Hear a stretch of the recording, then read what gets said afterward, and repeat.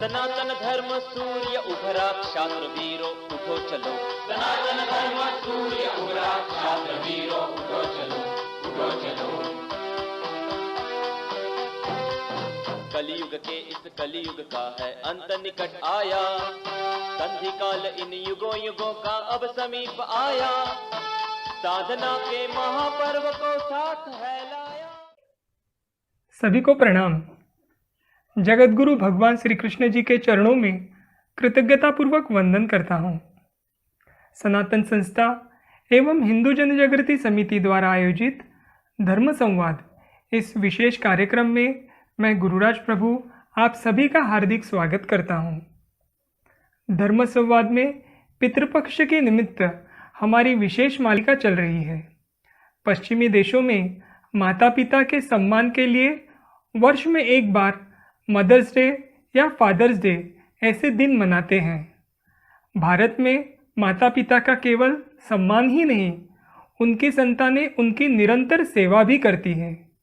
और इतना ही नहीं, माता पिता अथवा अन्य परिजनों की मृत्यु के उपरांत उनकी अगली यात्रा निर्विघ्न रूप से हो, इसके लिए उस प्रतिवर्ष पितृपक्ष में श्राद्धादि विधि भी किए जाते हैं। श्राद्ध केवल कर्मकांड ही नहीं, एक धर्म विज्ञान कैसे है, यह इस मालिका से हम समझ कर लेंगे। साथ ही श्राद्ध से जुड़े आपके प्रश्न और सोशल मीडिया के द्वारा चल रहे दुष्प्रचार का भी हम इस मालिका के माध्यम से उत्तर देंगे। आइए आज के इस धर्म संवाद का हम प्रारंभ करते हैं।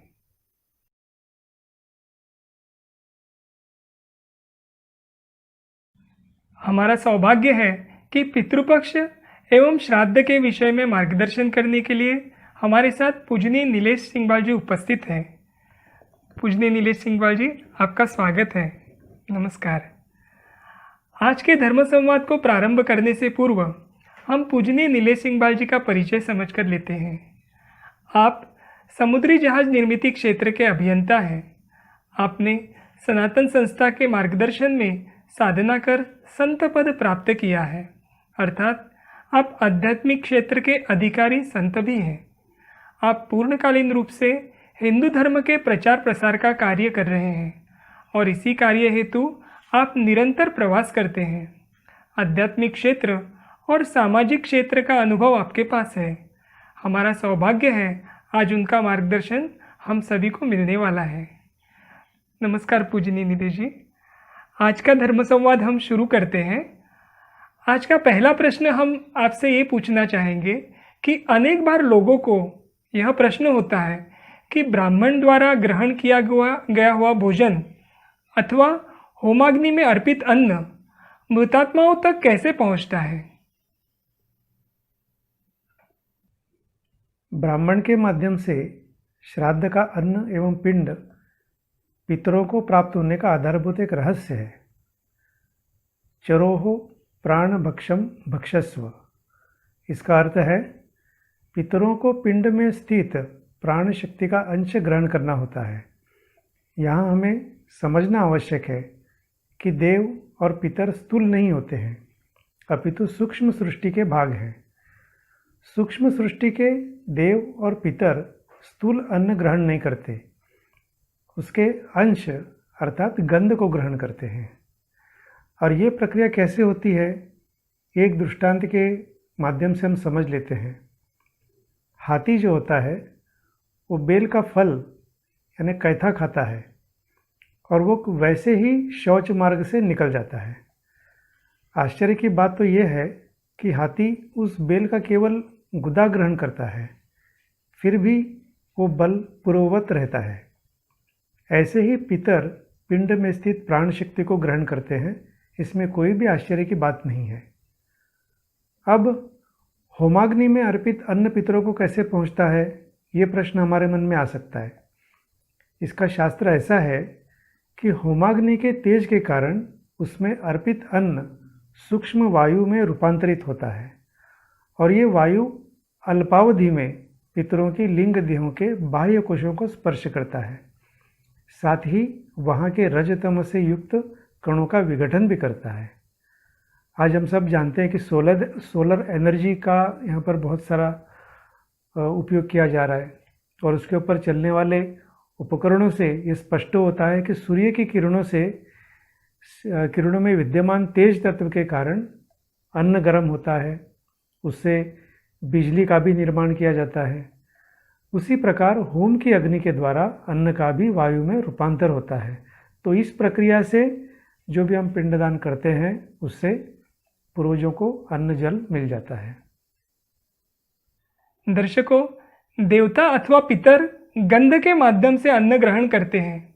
यह सूक्ष्म सृष्टि के तथ्य को यदि सभी हिंदू ध्यान में रखेंगे तो इस विषय में जो भ्रांतियां फैलाई जाती है उनसे कोई भी हिंदू भ्रमित नहीं होगा। हमारा अगला प्रश्न यह है कि कुछ स्थानों पर इस प्रकार की मान्यता है, यानी प्रचलित मान्यता है कि ज्येष्ठ पुत्र तथा कनिष्ठ पुत्र यानी अंतिम पुत्र को ही श्राद्ध करने का अधिकार है, यानी मंझले पुत्र को यह अधिकार नहीं है। तो इसका कारण क्या है, ये हम जानना चाहते हैं।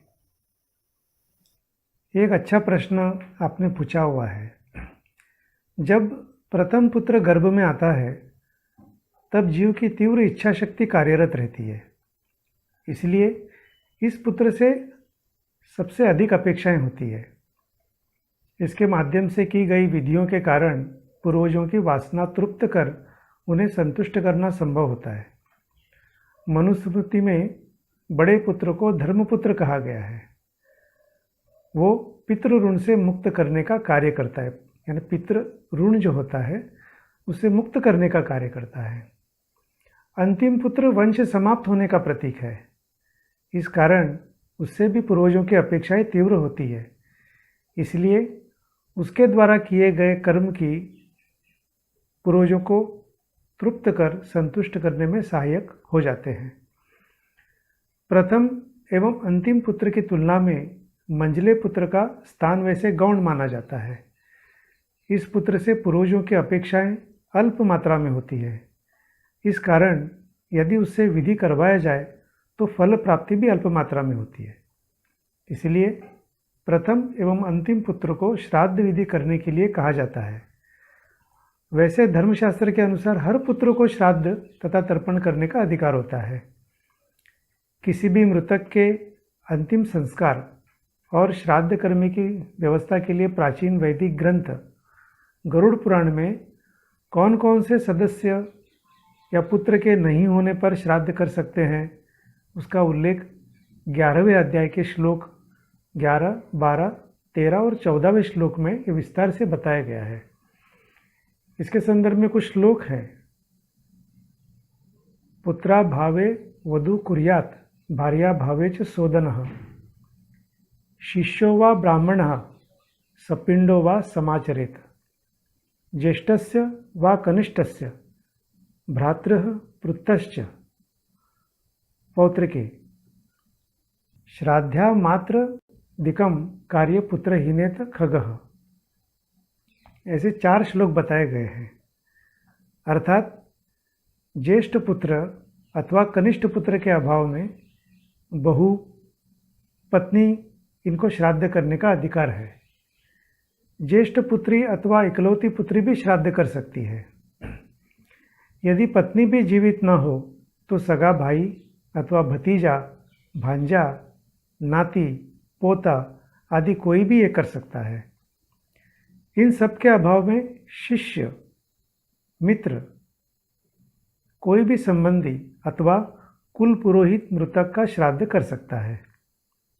इस प्रकार परिवार के पुरुष सदस्य के अभाव में कोई भी महिला सदस्य व्रत लेकर पितरों का श्राद्ध और तर्पण और तिलांजलि देकर मोक्ष की कामना कर सकते हैं। जी, विधि का अधिक से अधिक लाभ हो इसके लिए कितना सूक्ष्म विचार हमारे शास्त्रों में बताया है, यह हमें आपके उत्तर से ध्यान में आया। एक प्रश्न ऐसा भी आता है कि श्राद्ध तिथि अनुसार ही क्यों करते हैं, इसका भी उत्तर आप हमारे दर्शकों को बताएं। अब हमारे धर्मशास्त्र में प्रत्येक कृत्य का कुछ ना कुछ तो कार्य कारण भाव बताया गया है। और कार्यकरण भाव होता भी है। प्रत्येक कृत्य का प्रभाव 3 घटकों पर निर्धारित होता है। पहला, कार्य करने वाला कर्ता। दूसरा, कार्य करने की उचित घटिका यानी समय। और तीसरा है कार्य करने का स्थल, कार्यस्थल। इन सभी की पूरकता पर कार्य की परिपूर्णता अथवा यशस्विता निश्चित होती है तथा कर्ता को विशिष्ट फल प्राप्त होता है। विशिष्ट तिथि कार्य के लिए आवश्यक बल प्रदान करने वाली अर्थात मूल ऊर्जा है। अतः विशिष्ट तिथि पर श्राद्ध करना उसका फल प्राप्त करने के लिए आवश्यक होता है। प्रत्येक कृत्य को विशिष्ट तिथि पर करना महत्वपूर्ण है क्योंकि उस तिथि को हुए प्रत्यक्ष घटना के दिन और दिन के स्पंदन जो होते हैं एक समान होते हैं, अर्थात एक दूसरे के लिए पूरक होते हैं। साथ ही विशिष्ट तिथि पर कार्यरत स्पंदन उस दिन बताए गए कार्य की तिथि के सफल होने के लिए पोषक होते हैं।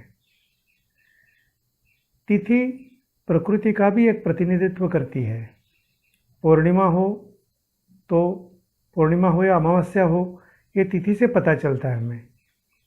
सूर्य ग्रहण हो अथवा चंद्र ग्रहण, तिथि के आधार पर बनाए जो पंचांग है अनेक वर्ष पहले ही बता सकते हैं। इससे ध्यान में आता है कि तिथि प्रकृति से जुड़ी होने के कारण विशिष्ट तिथि पर किए कर्म हमें प्रकृति से आवश्यक ऊर्जा अथवा अनुकूल वातावरण उपलब्ध कराते हैं। जी, तिथि प्रकृति से जुड़ी होने के कारण हमें कार्य के लिए आवश्यक ऊर्जा देती है। यह एक अत्यंत महत्वपूर्ण जानकारी आपने हम सभी को दी। अगला प्रश्न हम आपसे ये पूछना चाहेंगे कि कई बार आज के आधुनिक जीवन में मृत्यु तिथि का ध्यान नहीं रहता है। ऐसी स्थिति में श्राद्ध विधि कैसे करें? सामान्यतः प्रतिवर्ष जिस तिथि पर मनुष्य की मृत्यु हुई हो उसी तिथि पर श्राद्ध करें, ये शास्त्र विधान है। तिथि अर्थात अंग्रेजी दिनांक नहीं है, हिंदू पंचांग की तिथि है। ये महत्वपूर्ण बात है। यदि मृत्यु तिथि ज्ञात न हो, केवल उसका माह यानी महीना ज्ञात हो, तो उस माह की अमावस्या पर श्राद्ध करें। अमावस्या को वायुमंडल में यम तरंगों की प्रबलता अधिक प्रमाण में होती है, इसलिए इन यम तरंगों के प्रवाह से पितरों का आवाहन करना संभव होता है तथा मंत्रोच्चारण के बल के कारण वायुमंडल में पितरों को अल्पावधि में आकर्षित करना सहजता से संभव होता है। यम तरंगों के कारण पितर पृथ्वी मंडल में सहजता से प्रवेश कर सकते हैं। इस कारण अमावस्या पर श्राद्ध करें। अब और भी कुछ इसके लिए व्यवस्थाएं हैं। मृत्यु तिथि एवं माह दोनों ही ज्ञात न हो तो फाल्गुन अथवा पौष अमावस्या पर श्राद्ध करें।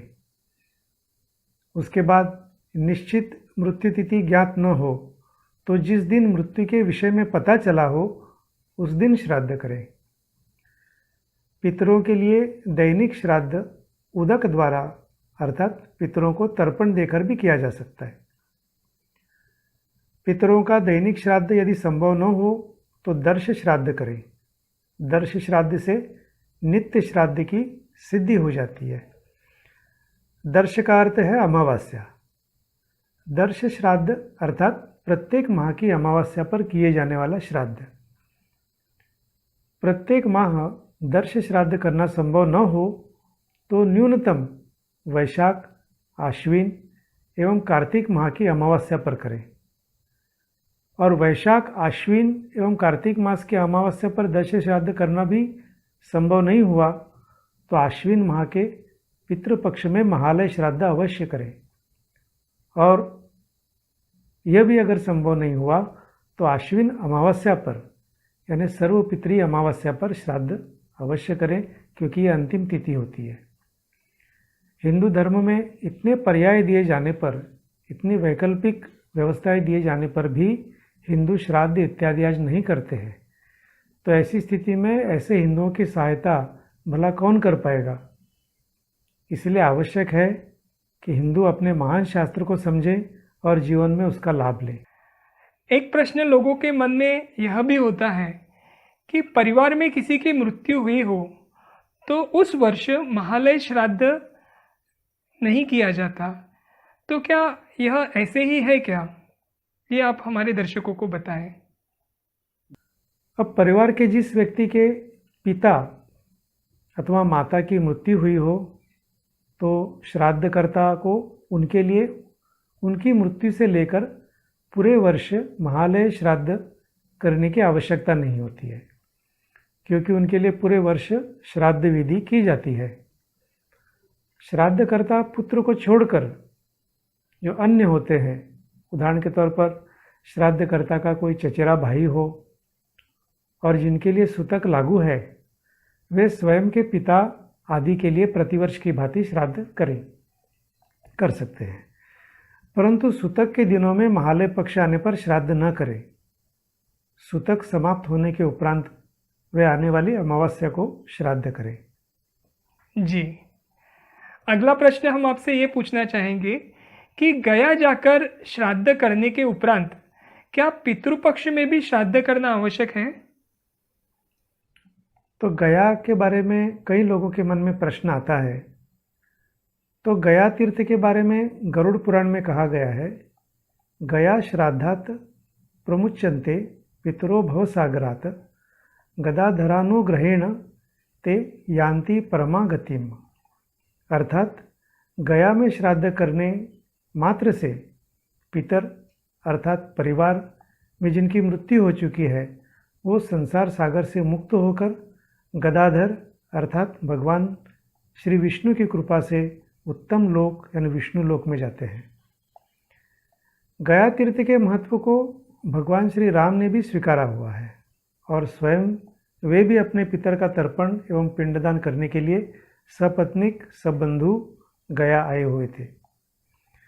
यहाँ पर केवल हमें ध्यान में रखने की बात यह है कि पितृदोष से मुक्त होने के लिए केवल तीर्थ में शास्त्रोक्त विधि होना ही आवश्यक नहीं, अपितु वो विधि करने वाले पुरोहित भी सात्विक होने चाहिए।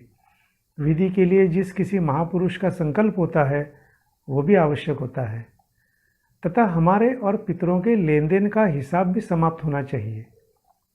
इस कारण किसी भी तीर्थ क्षेत्र में विधि करते समय पितृदोष से मुक्ति का प्रारंभ होता है।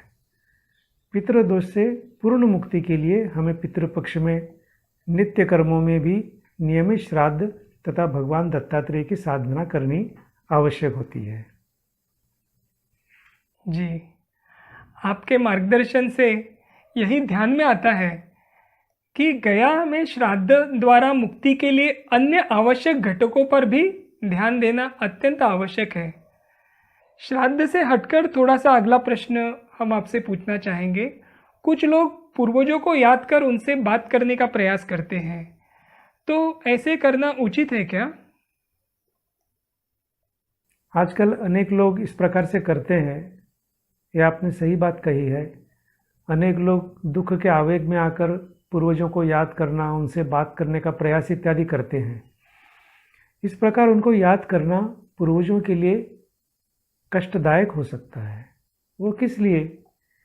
आगे की गति के लिए उन्हें जो पितरलोक से मुक्त होना अपेक्षित होता है, तो उनसे बातें करने के कारण उन्हें उल्टा पितरलोक से भूलोक पर आना पड़ता है और आते समय सूक्ष्म जगत की अनिष्ट शक्तियाँ जो है वो उन्हें बंधक भी बना सकती है। तो इस कष्ट के कारण पितर आपको शाप भी दे सकते हैं। इसलिए उनसे बातें करना इत्यादि जो आजकल भावना में आकर किया जाता है, ये करना सर्वथा अनुचित है। जी, अपने सभी पितरों को मोक्ष प्राप्त करवाने के लिए भी कोई पूजा होती है क्या? जी, सभी पूर्वजों को मुक्ति दिलाने के लिए भी एक हमारे यहाँ विधि बताई गई है। आज के युग में हमारे पूर्वजों की 3 पीढ़ियों तक के पितरों की मुक्ति के लिए हम प्रयास कर सकते हैं। इस कारण हमारे यहाँ त्रिपिंडी श्राद्ध बताया गया है। माता के वंश के 3 तथा पिता के वंश के 3 पीढ़ियों यानी पिता, पितामह, प्रपितामह, इन्हें इससे मुक्ति मिल जाती है। हम यदि 3 पीढ़ियों के लिए त्रिपिंडी श्राद्ध करें तो अन्य पितरों को भी उसका लाभ होता है। पूर्वजों के मुक्ति के लिए प्रयास करते समय यदि हम स्वयं साधना कर जीवन मुक्त होते हैं तो इस पितृ ऋण से भी हम मुक्त हो जाते हैं और हमारी पीढ़ी का भी कल्याण होगा। जी, यह ऑनलाइन सत्संग नियमित रूप से प्राप्त करने के लिए दर्शकों आपसे विनती है कि आप हमारे YouTube चैनल को सब्सक्राइब करें। इसके लिए www.youtube.com/hindujagriti पर जाकर वहाँ वीडियो के नीचे सब्सक्राइब पर तथा उसके साथ घंटी के चित्र पर क्लिक करें। पूजनीय नीलेश जी, बहुत बहुत धन्यवाद। आपने आज हमें श्राद्ध के विषय में विस्तृत जानकारी दी। पितृपक्ष के निमित्त श्राद्ध के विषय में आपने हमें बहुत ही उपयुक्त ऐसी जानकारी दी है। समाज में फैली भ्रांतियों का भी उचित समाधान आज आपने किया है। अगले धर्म संवाद में हम श्राद्ध से जुड़ी अन्य जानकारी के लिए भी आपका मार्गदर्शन लेंगे। इसी के साथ हम आज के धर्म संवाद को यहीं पर विराम देते हैं। आज के इस कार्यक्रम संबंधी आपके कुछ सुझाव हैं, कुछ प्रश्न हैं, तो वह भी फेसबुक के कमेंट बॉक्स में या यूट्यूब के कमेंट बॉक्स में लिखकर आप उन्हें हम तक अवश्य पहुंचाएं। भगवान श्री कृष्ण जी की असीम कृपा से आज का यह विशेष धर्म संवाद संपन्न हुआ, ऐसे मैं घोषित करता हूँ। नमस्कार।